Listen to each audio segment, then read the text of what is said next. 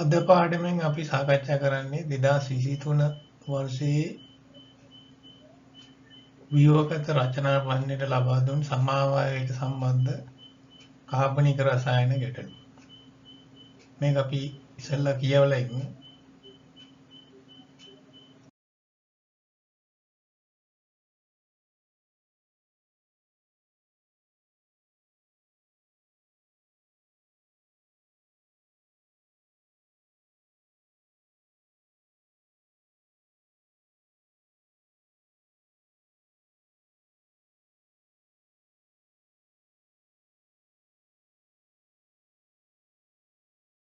අපි දැන් ගැටලුව ආරම්භ කරන්න යන්නේ. මේකේ මුලින්ම කියනවා A, B සහ C යනු අණුක සූත්‍රයේ C5H10 O සහිත ව්‍යුහ සමාවයක වේ. මින් කිසිවක් ප්‍රකාශ සමාවයකතාවය නොදක්වයි. එතකොට එකෙන් අපිට තීරණය කරන්න ඕනේ මේකේ අසමමිතික කාබන් කෙනෙක් නැති ටික තමයි අපි මේ සමාවයක වලින් ගත යුත්තේ. ඊළඟට කියනවා A, B සහ C යන සංයෝග තුනම දෙක හතර DNP සමග වර්ණවත් අවක්ෂේප ලබා දෙයි. ඒ කියන්නේ මේ අපි ගන්න ඕන සමාවයවක වල කාබොනයිල් කාණ්ඩ තියෙනවා. ඊළඟට කියනවා A, B සහ C යන සංයෝග තුනේ B පමණක් ඇමෝනිය සිල්ලනයිට්‍රේට් සමග රිදී කැඩපතක් ලබා දෙයි. කියන්නේ B වල විතරක් තියෙන්නේ ඇල්ඩිහයිඩ් කාණ්ඩයක්. A හා C යන දෙකේ තියෙන්නේ කීටෝන කාණ්ඩ. එතකොට දැන් අපි බලමු මේක කොහොමද පටන් ගන්න කියලා. මේක පටන් ගද්දී සරලම සමාවයකින් පටන් ගන්න එක ලේසියි. පටන් ගන්නවා කාබොනයිල් කාණ්ඩයේ කෙළවරේම තියෙන එක. කාබන් 5ක් තියෙන නිසා අපිට කාබන් 4ක් දක්වා සාමාන්‍ය විදිහට අඳින්න පුළුවන්. අන්තිම එක ඇල්ඩිහයිඩ් කාණ්ඩය ඇතුළත් කරලා ඊළඟට අපිට කැමති ආකාරයක් ගන්න පුළුවන්. නමුත් මම කරනවා ස්ථාන සමාවයක ආකාරයට මේකේ තියෙන ස්ථානය වෙනස් කරනවා.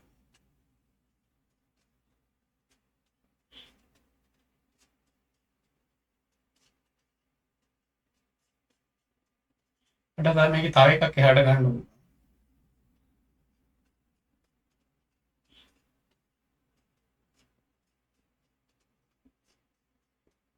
මෙතනින් එහාට වෙනස් කරන්න බෑ. හේතුව එතකොට ආයෙත් මේකම එන නිසා. දැන් ඊළඟ කතන්දරේ තමයි මේ විදිහේ කාබන් 3ක් තිබ්බොත් අනිවාර්යෙන් ඒකේ අපිට සමාවයකතාවයක් ගන්න පුළුවන්. මේක ගොඩක් ළමයි ඔළුවට ගන්න නැති කාරණයක්. ඒ නිසා මුළු ගානම වරදින්න ඉඩ තියෙනවා. එතකොට ඒකේ ඉන්න සමාවයකතාව තමයි මේ විදිහේ දාම කොටසක් සහිත එන කාබොනයිල් සංයෝගය. දැන් එතකොට මේ දෙකේ එහෙම ගන්න බෑ. කාබන් දෙකකින් එහෙම ගන්න බෑ. තුනක් තියෙන්න ඕනේ අවම ඒ විදිහ සමාවයකතාවක් ගන්න. එතකොට අපි මේ වෙද්දී සමාවයක හතරක් ඇඳලා තියෙන්නේ. දැන් ඊළඟට මම මේකේ මේ දාමය තුල තිබිය හැකි සමාවයක බලන්න. එතනවා ඉස්සෙල්ලාම කරන්නේ මේ මෙතිල් කාණ්ඩය අයින් කරනවා මේ දෙවෙනි කියන්නේ මෙතනින් ඉඳන් ගත්ත තුන්වෙනි එක. නමුත් මේක අයින් කරොත් දෙවෙනි කාබන්.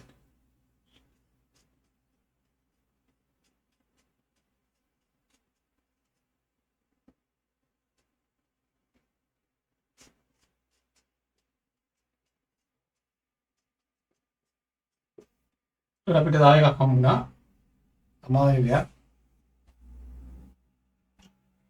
දැන් ඊළඟට මට පුළුවන් මේක මේ මෙතිල් කාණ්ඩය අයින් කරලා මෙතනට අයින්.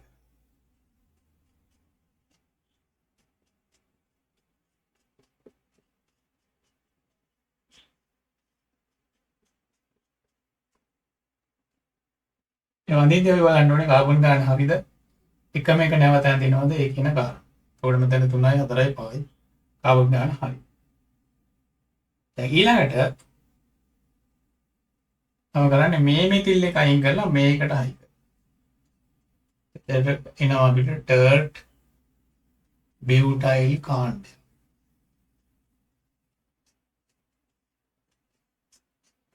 අපි චරිත නැහැ මේ ගෲප් එකේ. මෙතන නැවත ටිකක් බැලුවොත් සම්පූර්ණයෙන් අපි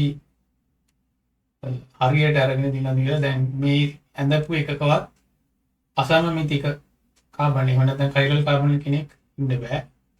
ඒත් මේ වගේ කොහොමද ඉන්නේ නැහැ CH2 ගන්න හා කාබනයිල් ගන්න.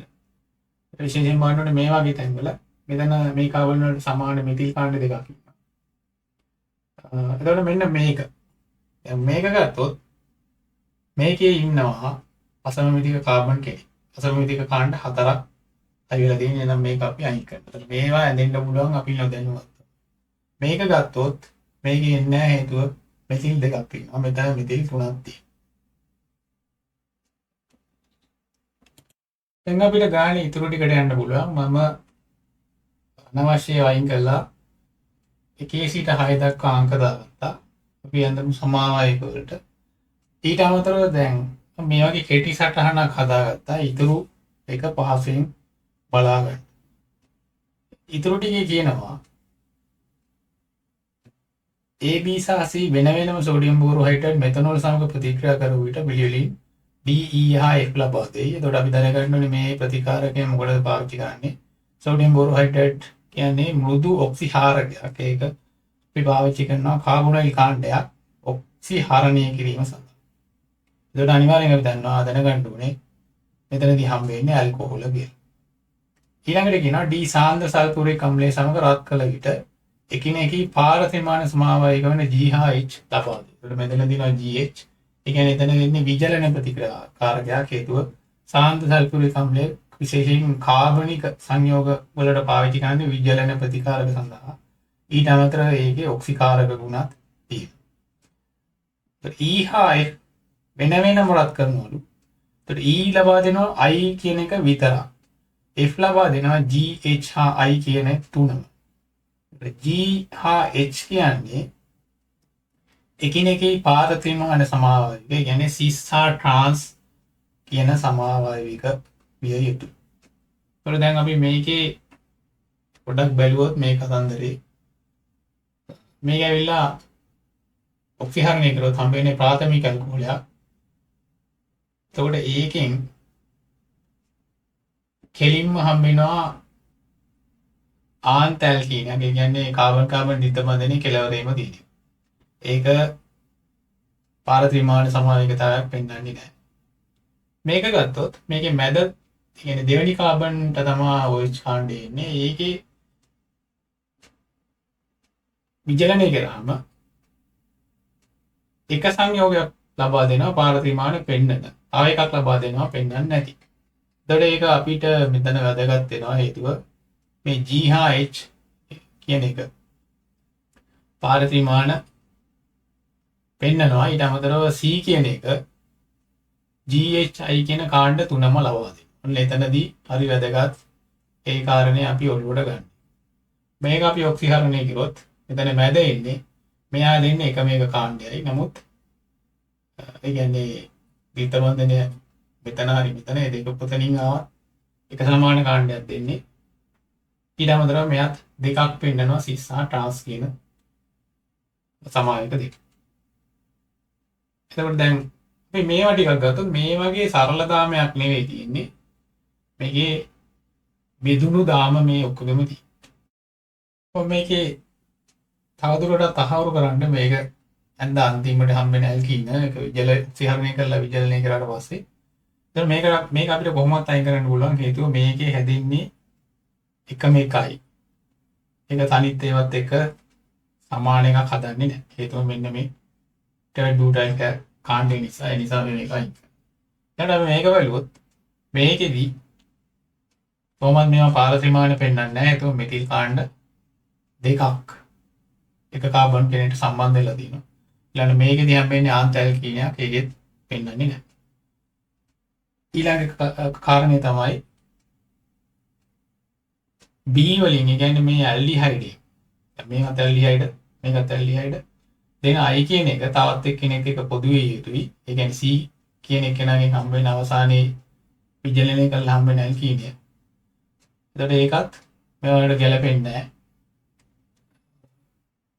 හේතුව මේ වගේ සංකලනයක් අපිට අනිත් ඒවා වගේ දකින්න බැරි නිසා. එහෙනම් මේකත් මම අයින් කරා. ඊළඟට මේක ගත්තොත් මේකේ පොඩි ගැළපීමක් තියෙනවා. මේක ඇල්ඩිහයිඩයක්.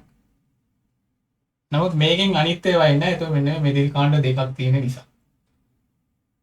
ඔබට වැටහෙන ඇති මේ තුන අපිට 4 5යි කියන එක අයින් කරලා දාන්න පුළුවන්.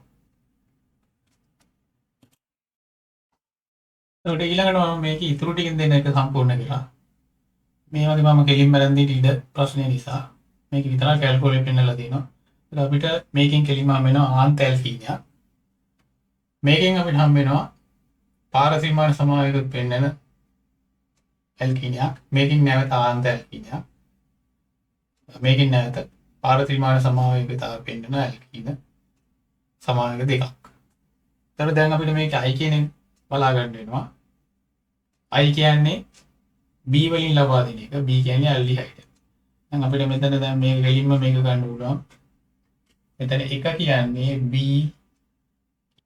B වලින් දැන් ඇල්කොහොලේ තමයි E. ඒක විජලනය කරාම හම් වෙන එකම ඇල්කීනේ I. දැන් බලන්න අපිට පුළුවන් I කියන එක කොතනද හැදෙන්නේ? මෙතන හැදෙනවා I. මේක නම් ගොඩක් වැඩි වෙන්නේ. දැන් එකක් දෙනවා GHI කියන තුන. මෙතන GH කියන්නේ එකිනෙකේ පාරසීමාන සමාවයක. එනම් අපිට වෙනවා මේ දෙක සමාන. මේක ගන්න පුළුවන් GH. එතකොට මෙතන හැදෙන්නේ GH දෙක විතර. GH දෙක විතරක් හැදෙන්නේ A වලින්. එනම් මෙයා තමයි A. මේකේ හැදෙන ඇල්කොහොල්. ඒ කියන්නේ මැද මේ කාබොනිල් කාණ්ඩය ඔක්සිහරණය වෙලා එන එක D කියලා ගන්න. ඊට අමතරව මෙයා තමයි C. C කියන එකෙන් සමායක තුනක් ලබා දෙනවා GHI. ඒක C වලින් ලබා දෙන F එක කිරීම අපි මේක ඔක්සිහරණය කරාම හම් වෙනවා. A වලින් ලබා දෙන D එක අනුරූප ඇල්කොහොලේ මෙයා ඔක්සිහරණය කරාම අපිට ලබා දෙනවා.